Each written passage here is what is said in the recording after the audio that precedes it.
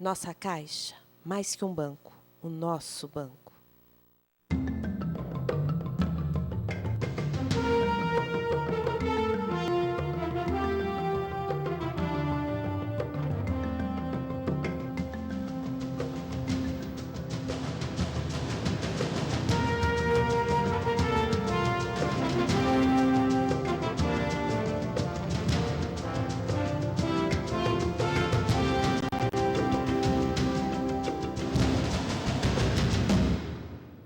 Contraponto tem a honra de conversar hoje com o desembargador do Tribunal de Justiça de Santa Catarina, Amaral e Silva, ex-presidente do tribunal e, atualmente, presidente da seção de Direito Criminal.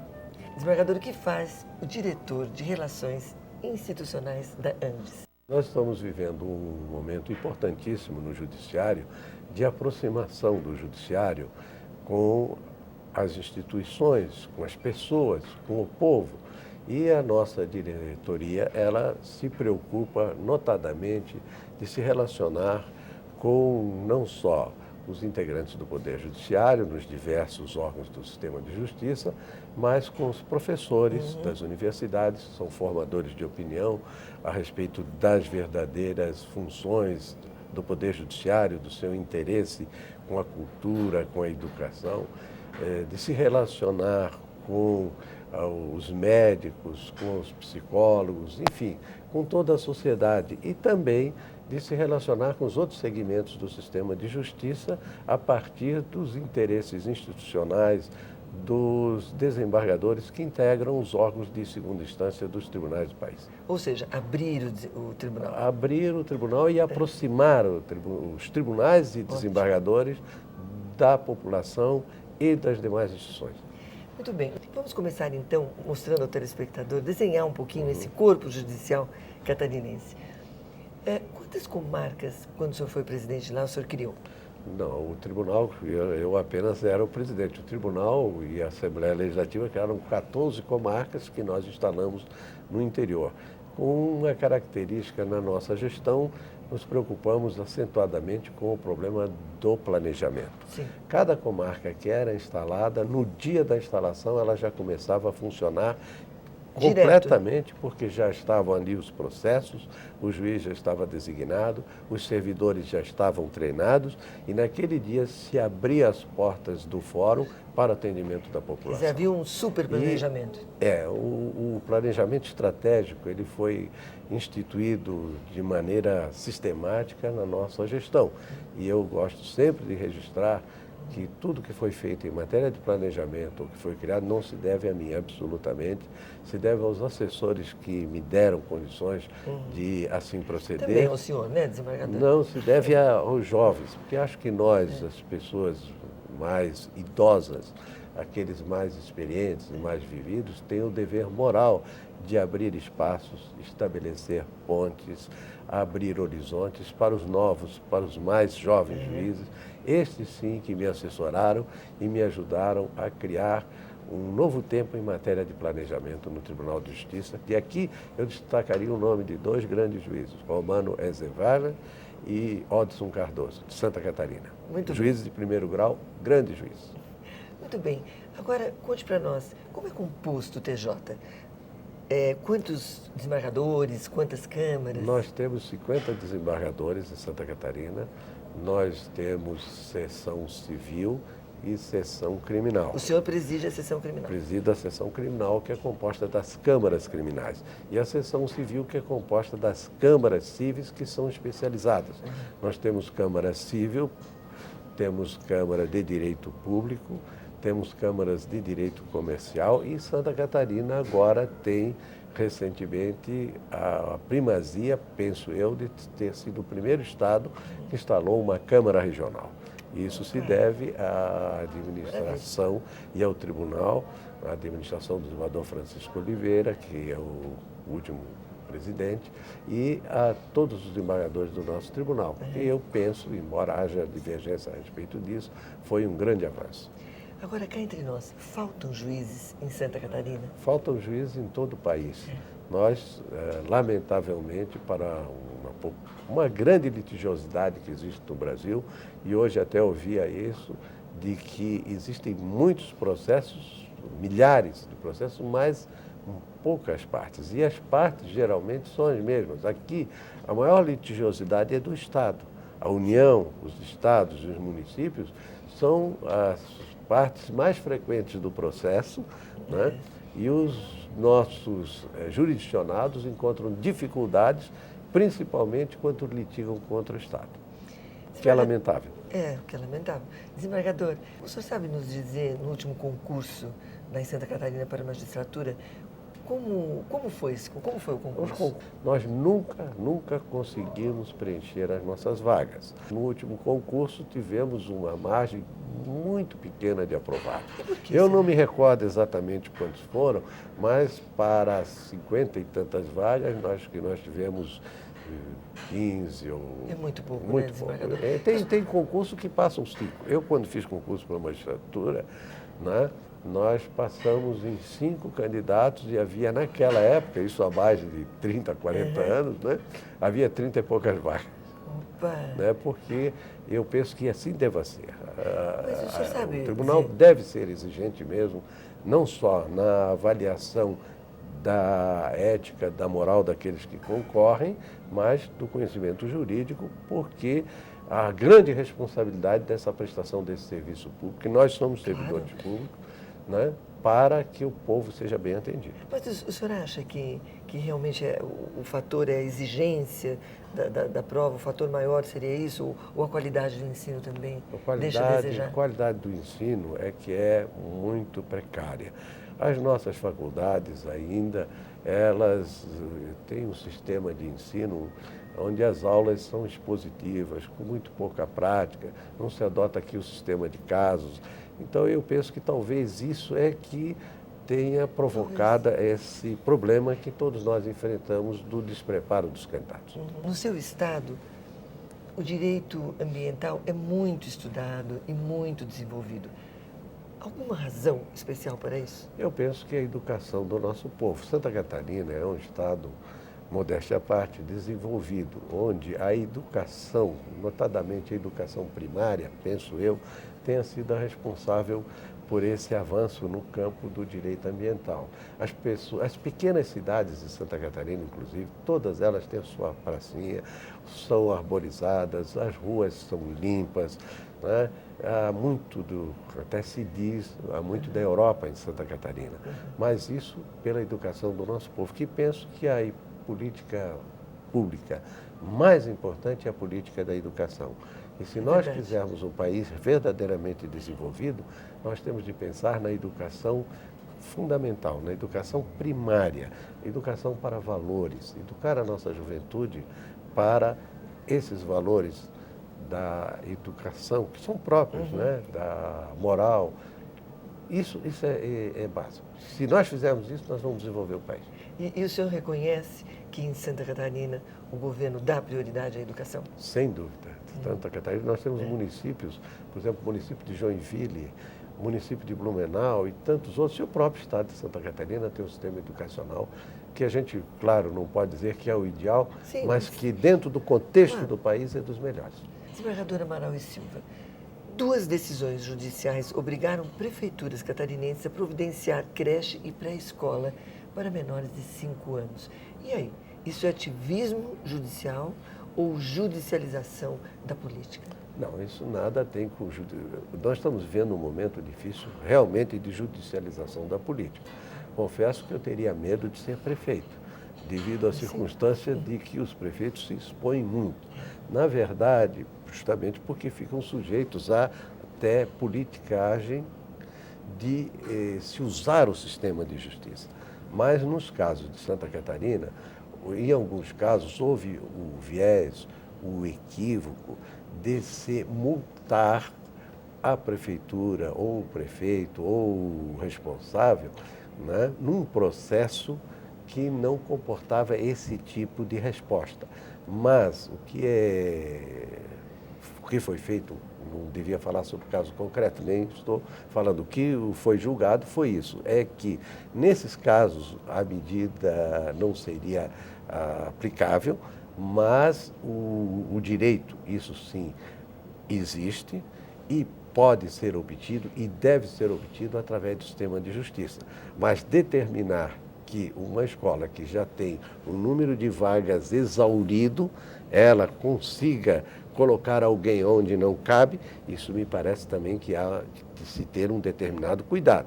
Agora, a determinação para a creche e pré-escola é um direito fundamental da criança e pode ser exercido através de uma ação civil pública que pode ser proposta pelo Ministério Público ou por uma associação de defesa de direito da criança. Isso é um avanço extraordinário do Estatuto. Desembargador, o senhor acha que os tribunais de justiça do país poderiam ser mais unidos, hein? Deveriam ser mais unidos. Nós estamos vivendo um momento em que é muito importante até há um congresso, uma reunião de juízes de segundo grau que é promovido pelo Tribunal de Justiça de São Paulo, que tem sido o tribunal líder dos tribunais de justiça e que bem demonstra o interesse da magistratura de segundo grau nessa união. Bom, nós vamos interromper uns instantes e daqui a pouco estaremos de volta com o desembargador Amaral e Silva. Não saia daí, hein? Até já.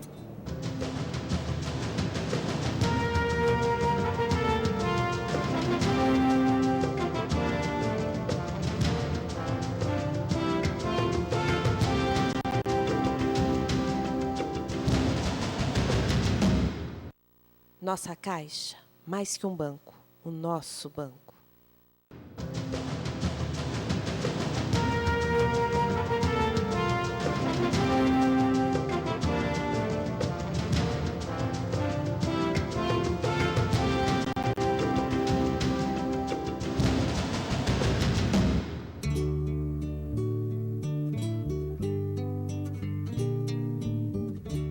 Desembargador Amaral e Silva, o senhor foi um dos redatores do ECA, Estatuto da Criança e do Adolescente.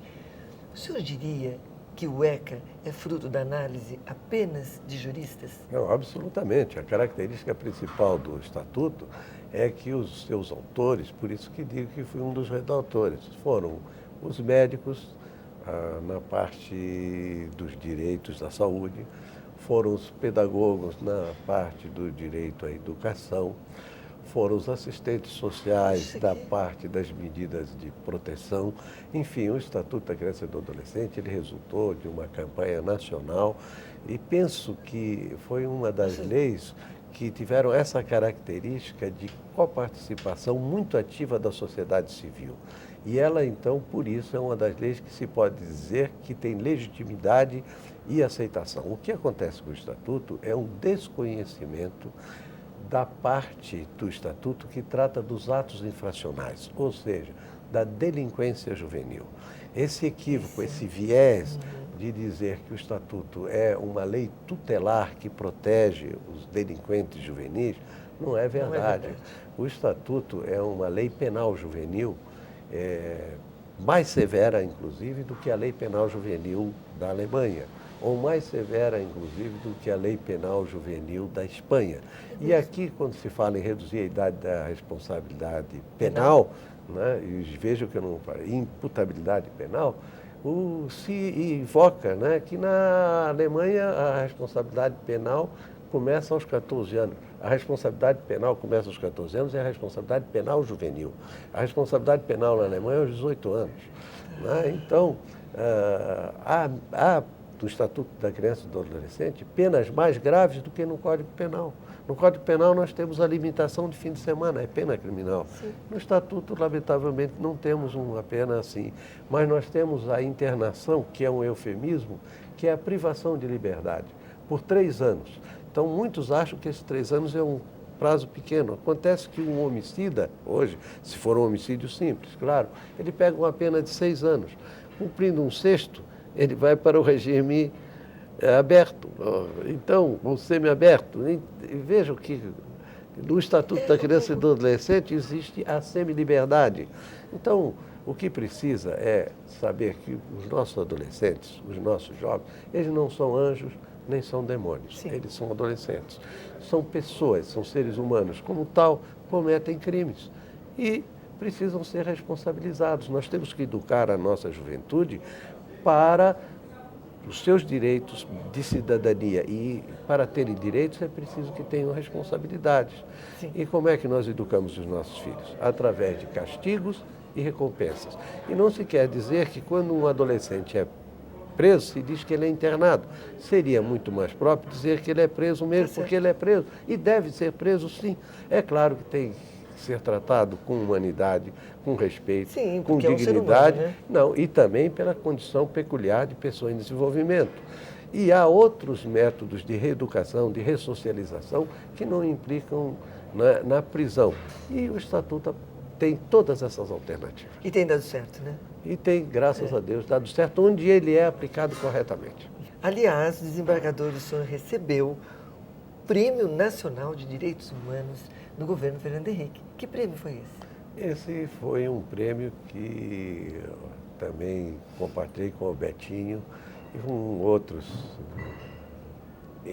assim, militantes de direitos humanos, porque eu sempre defendi o direito da criança, porque a grande riqueza que nós temos, o maior patrimônio desse país, não é o nosso imenso território, não são nossas riquezas minerais, não é o petróleo que foi descoberto agora aí, o pré-sal, essa história. Não são as A nossas maior matas. riqueza, a nossa grande riqueza são nossas crianças. Precisamos criar cérebros, pessoas úteis, pessoas capazes de produzir, de construir, de criar. É isso que nós precisamos fazer no país. Isso se faz através da educação, isso se faz através das políticas públicas básicas e, principalmente, darmos oportunidade a tantas pessoas que, vivendo na marginalidade, vivem num submundo do subsalário, do subemprego, da submoradia. Né? Uma coisa pesada. Essas pessoas desse submundo que nós precisamos trazer para esse mundo nosso e que nós tantas vezes ignoramos e são severos com essas pessoas. Quando eu falava da delinquência juvenil, porque normalmente se apresentam como delinquentes juvenis os meninos pobres. Esses não, os delinquentes adultos, como os delinquentes juvenis, não são os pobres. A nossa pobreza é muito honesta. Né? Esses delinquentes são, como em todos os países, aqueles que infelizmente infringem as leis de convivência social que são reprimidas. Isso mesmo. Agora, quantas crianças o senhor tem, netinhos? Eu tenho 4 netinhos muito lisos, tenho muito orgulho deles. E o senhor pretende, o senhor está torcendo para que os netinhos sigam o caminho do avô? Eu gostaria que seguissem, né, o direito, mas existem outras profissões tão bonitas no mundo, o que me importa é que sejam felizes. Desembargador, os conselhos tutelares funcionam bem?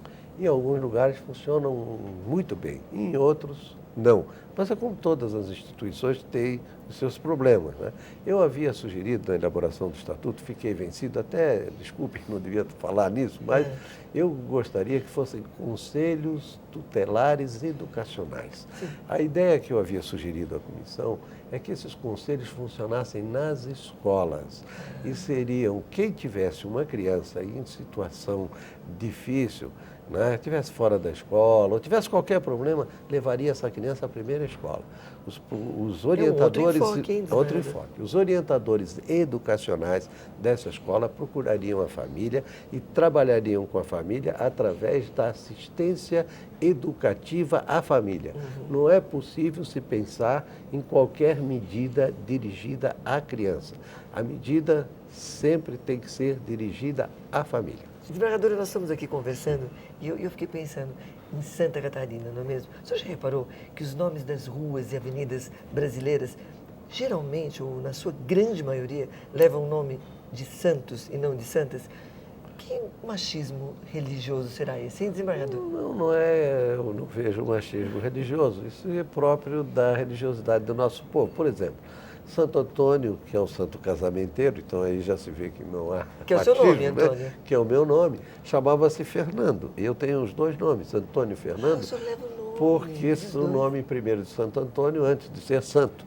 Né? Então, eu que não sou santo, tenho os 2 nomes de Santo Antônio. Isso não quer dizer que não será um dia também, né? Não, vai ser muito difícil, vai ser muito difícil. Agora, os catarinenses em geral, eles são machistas? Não, absolutamente. Eu vejo que o machismo é um defeito da nossa sociedade que realmente é muito machista. Há um preconceito, há Infelizmente, muita né? reserva em relação às mulheres.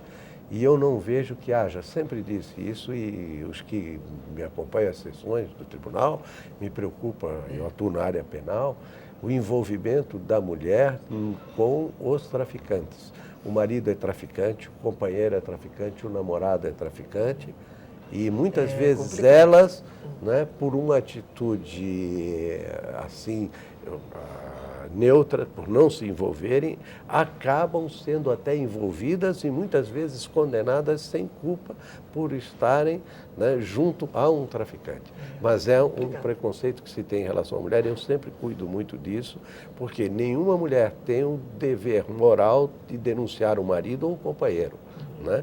Ela pode não concordar com o tráfico. E muitas vezes elas são presas porque basta ter em depósito a droga está dentro de casa e a mulher é presa. Outro, não existe, eu sempre disse, e nenhuma para mim, diferença entre homem e mulher.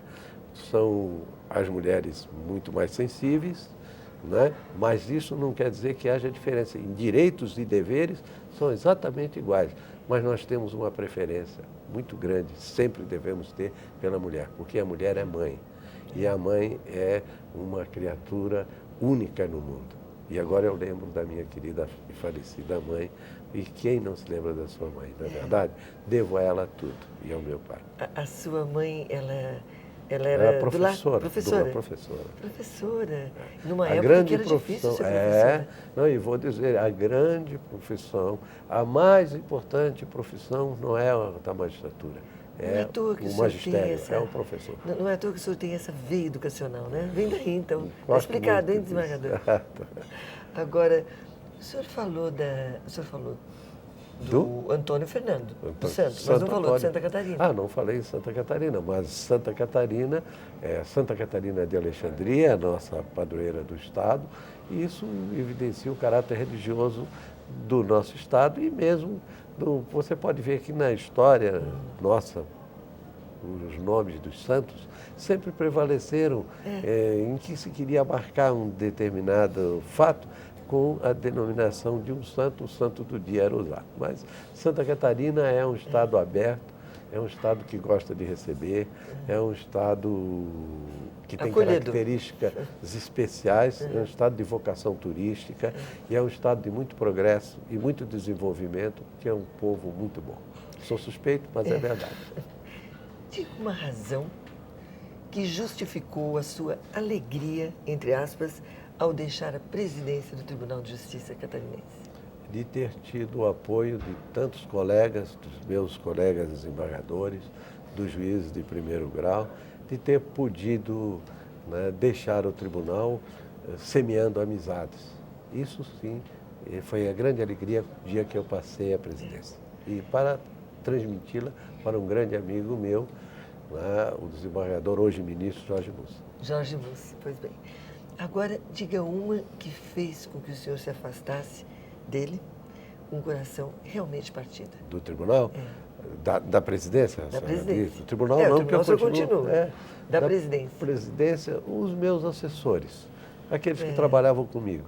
Senti falta deles. Mas eles estão sempre presentes no meu coração. Agora, para encerrar, se o senhor tivesse que definir o pedaço catarinense dentro do Brasil, qual nome daria a ele? O estado da afetividade. O catarinense é muito afetivo, ele recebe muito bem e nós temos em Santa Catarina características especiais. Dependendo da região, você encontra uma verdadeira Europa. Do outro lado, você encontra o nosso país, sim, onde as pessoas... Então, como ele é, né? Como ele é. Então, Santa Catarina é especial. Sou suspeito, desculpe. Bem, hoje nós conhecemos um catarinense especial também, né? Não, absolutamente. Sou uma pessoa bem comum Não, e bem... é muito simpático e muito especial, viu?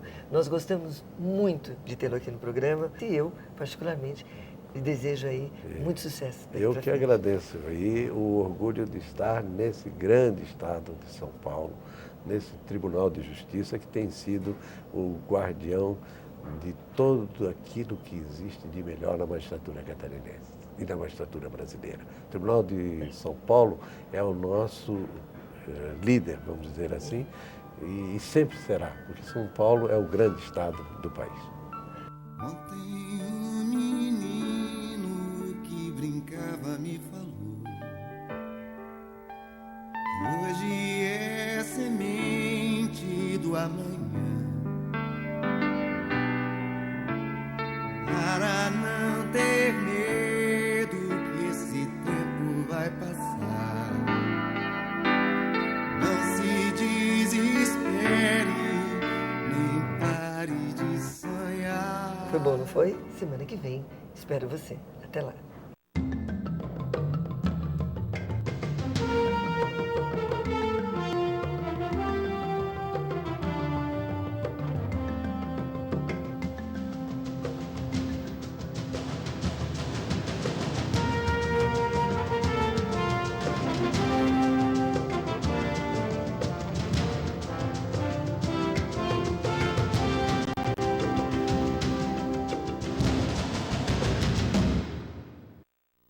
Nossa Caixa, mais que um banco, o nosso banco.